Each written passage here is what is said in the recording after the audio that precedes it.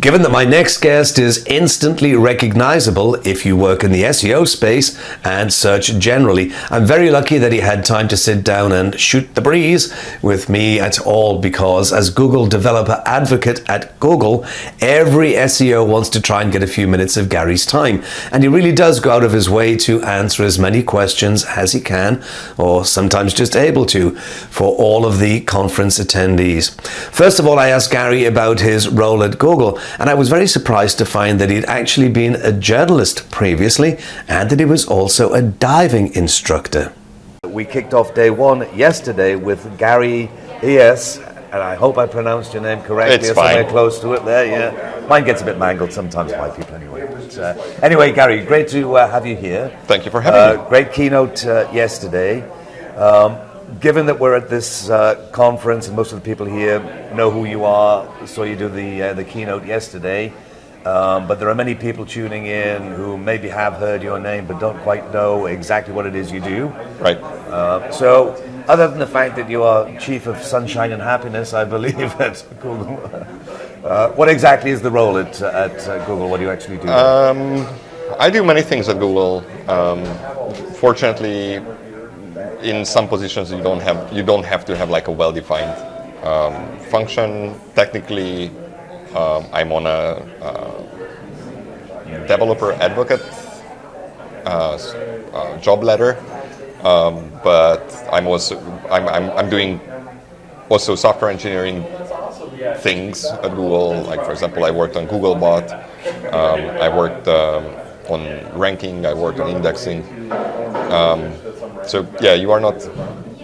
So you haven't got one kind of the one title. So your background is actually in programming, yes? I have that I have that background as well, but I finished journalism. Oh, wow. And I didn't know that.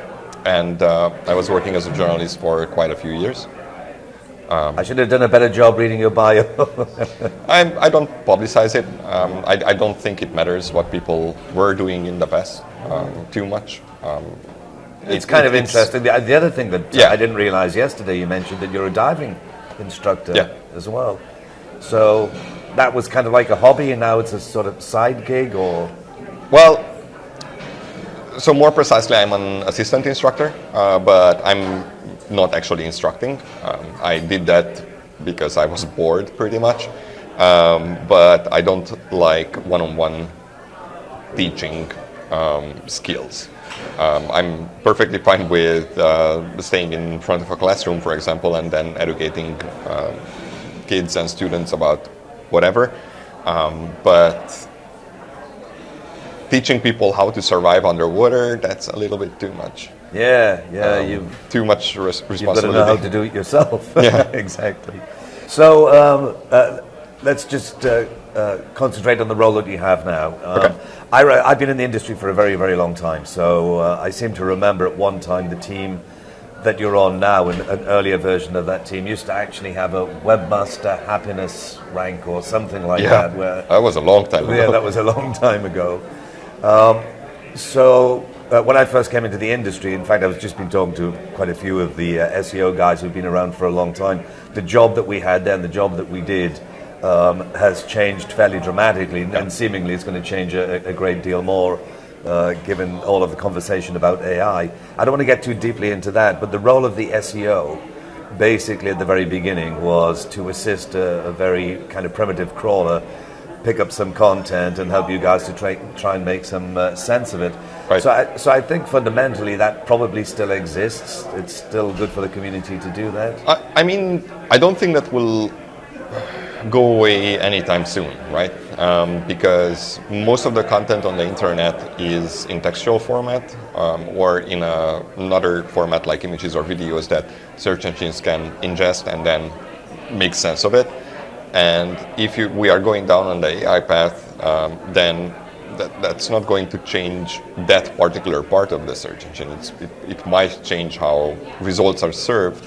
For example, definitely changes how the ranking is done, because, like, as you know, Google has been using AI for a very long time for figuring out what's the best result for a certain query.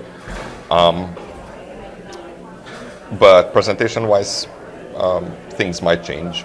I don't know for the better or the worse, but yeah. So I kind of think it's a little bit like, I mean, it's certainly vastly removed in terms of the technology, but when we first started doing this kind of work, and like I say, it was mainly about crawling. The result that you would get from a search engine, Google included, is 10 blue links. Then all of a sudden there was this huge change with what became universal search, and all of a sudden it wasn't just about the text anymore. It had videos and images and those kind of things in it. So with all of the talk about AI at the moment, and I know you're probably a little bit limited in what you can say, but I think one of the things that's missing, and I'm sure it was at a Google conference perhaps last year, when your CEO said something along the lines of the most important thing that's going to happen is AR and VR, augmented reality, looking at this kind of content. So everybody's talking about now what's happening with ChatGPT and those kind of things. But I think in terms of the presentation, there's a lot of people talking about that the organic results are becoming more visual, more audio visual. So how do we prepare for that? Are you prepared for that? So, as you said, like universal search is not new. Marissa Myers, back then I think SVP for search, well not SVP, VP for search, announced universal search in 2007. Yep. Or 2006, 2007. I will go with 2007. I remember that like everyone, well, not everyone, but a large fraction of back then webmasters, SEOs were freaking out because now SEO is dead, and we have to do things differently. How many times have we heard that, I wonder? Surprisingly, SEO was not dead or didn't die. In fact, it's thriving, I reckon.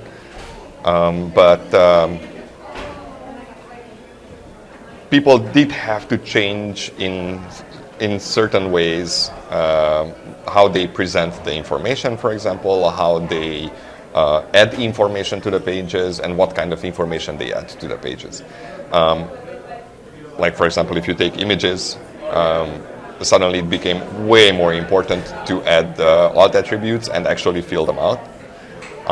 And then search engines could make better sense of those. Now, this shift that we have right now, that we are moving towards more visual search results, I don't think it's that much different from what we did in 2007. The presentation is slightly different. It's flashier. It's definitely more colorful. But then on the same side, we also took away some responsibilities from SEOs with, again, AI and visual understanding, machine understanding of images. So yes, alt attributes are still super important for understanding the images, especially because there are many search engines on the field nowadays compared to the few that we dealt with back in 2000s. Yep. Actually, when I first started, there were about 100 search engines, and then it got down to about 3. Yeah. And there might be a few more now. Yeah, but one of the things that I noticed that doesn't seem to have attracted as much attention is that that with certain searches that there are these results that are in AR. Like, for instance, there was a lot of animals at one time, dogs and cats and dragons and sharks. And this was this is accessing content by using means outside of the browser, like can I access your microphone, can I access your camera, that kind of thing. And I tend to think, and again, given that I think that there has been a little bit of attention on that, that there's more about this ChatGPT than there is about trying to create this much richer visual experience that there is. And so, again, just thinking about what we talked about, what the original job of the SEO is. How do you see the industry changing? I mean, as it evolves, do the SEOs have to have, SEO is not dead, but they have to develop new skills or become...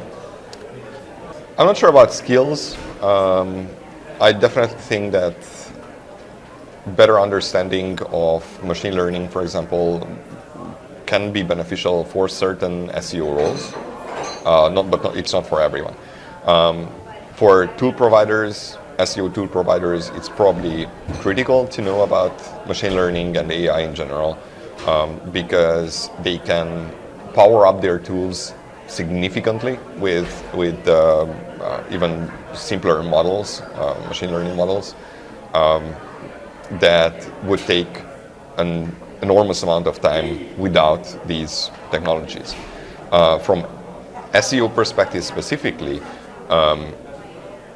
and the not so technical part of SEO, I think large language models will be beneficial if done responsibly. Yes. Because things can get very hairy with large language models. It doesn't matter who creates them, which company creates them, but they can get information wrong, and you don't particularly want to publish wrong, like factually incorrect information, especially in certain niches like health, finance, and so on.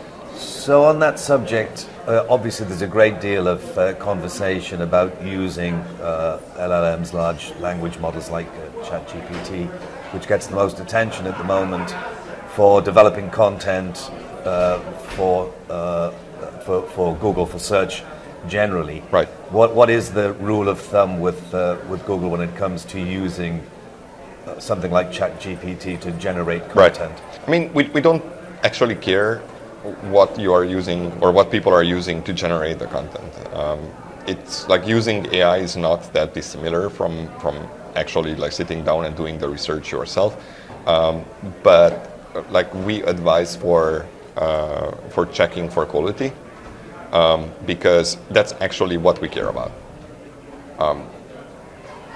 Like for years, probably we said that. Well, we haven't written it down until recently, but we did say that like what's more important is the quality of the content, not what you generate it with.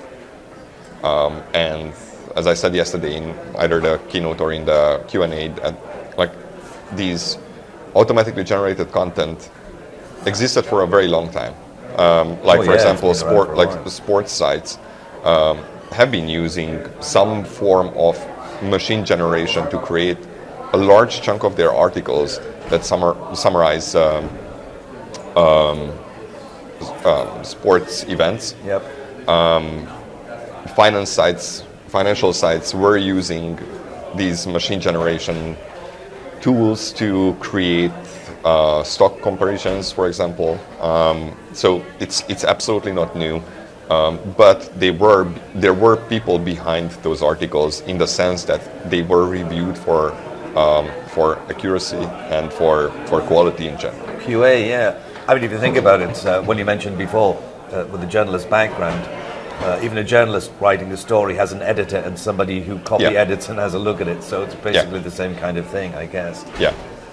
So the other thing that I wanted to talk about, again, it was very, very, in vogue for a while. But there's been quite a lot of talk about indexing the web. It grows exponentially still every day, how difficult it is to do that. I've always felt that I had a conversation with a guy called Brian Pinkerton, who was the inventor of WebCrawler, which is one of the very first search engines. And I remember that conversation over 20 years ago. We talked about the notion of being able to let a search engine know whether the page has changed, so it doesn't have to be crawled over and over again, because even then he was saying the overhead of crawling every page just to find if one word has changed, and it's a very expensive thing to do. So we talked about the idea of having some kind of like XML feed where you could just feed that to the search engine and say, don't bother crawling us because we haven't changed, kind of thing. I mean, it was a bit primitive, the thought back then, but it was an early idea on structured data, So we understand what can happen with structured data now for rich snippets and changes in those kind of results. But my guess is, and do please correct me if I'm wrong here, that if you have that kind of system in place, that it could reduce the overhead that a search engine like Google has by just being able to feed information directly to the search engine without it having to come and crawl each page over and over again. So it's so this is a two-edged sword because what we see nowadays is that most of the unauthenticated traffic that we get is basically spammers trying to get their content on the internet. Yep. It actually became a huge problem, like how much spam ingestion we get, and it's not necessarily for the benefit of literally anyone, but that one spammer who's pushing the content. So what we are looking at is more intelligent ingestion with existing technologies. And then we are also looking at newer technologies like Index Now and testing what can we do with it. But in general, we are trying to just work with what we currently have, not trying to put overhead on webmasters, site owners, and SEOs. And technically, it can work, especially because since Webcrawler, which was actually one of the first things that I used when I came on the internet. Really? The resources are much more readily available to web crawlers and search engines and whatnots. Processing power is actually not that expensive anymore, and it's getting cheaper, especially when we are not in a crunch period. Yeah. So going back to AI as well, like using machine learning, we can do much better approximations about how often content changes on certain pages. We can do much better approximations about whether something has to be crawled or not from quality perspective. And sometimes people are complaining about it because like, oh, my content is so high quality, and then you are not crawling it, but then when you go to the page, it's basically a made for AdSense site. And it's like, why would we crawl it? I don't think that we need to change much from ingestion perspective and crawling perspective, but we are definitely looking at how to support larger efforts to make sure that like everyone benefits from these like newer technologies. Yeah, I was mentioned to the audience, you probably realized we are actually live at the conference. It is happening around us. So I guess probably the best place to wrap it up, Gary, is obviously the reason that the people come to this conference is to pick up anything new, as much information, to learn as much as they possibly can. Is there anything specific that you would say to the SEO community, that it's better to spend more time here than there, or? I mean, if I want to be snarky, then I would say take a chill pill.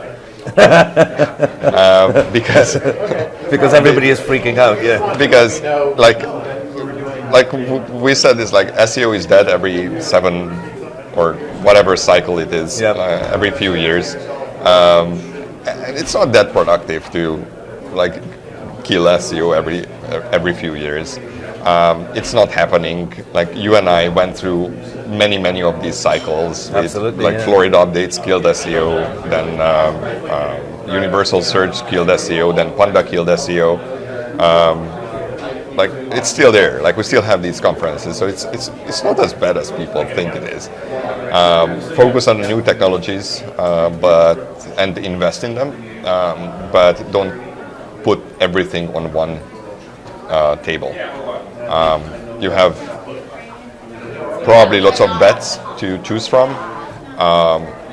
Putting everything on one table is probably not productive. And yeah, just take a chill pill and just sit down, take a deep breath, and be There you rushing. are. You heard it directly from Gary. You can relax, chill out, guys. Gary, it was great speaking to you. Thank you very much Great for to speak to you stopping too. by. I know you were very, very busy, and look forward to seeing you at the next conference. Hope so. Thank you. Thank you. Like I say, given that everyone wants to get a piece of Gary's time at conferences, I'm really grateful that he had time to sit down and just generally chat, especially as there were dozens and dozens of noisy attendees heading to the next session down our little end of the corridor outpost. So thanks again very much, Gary.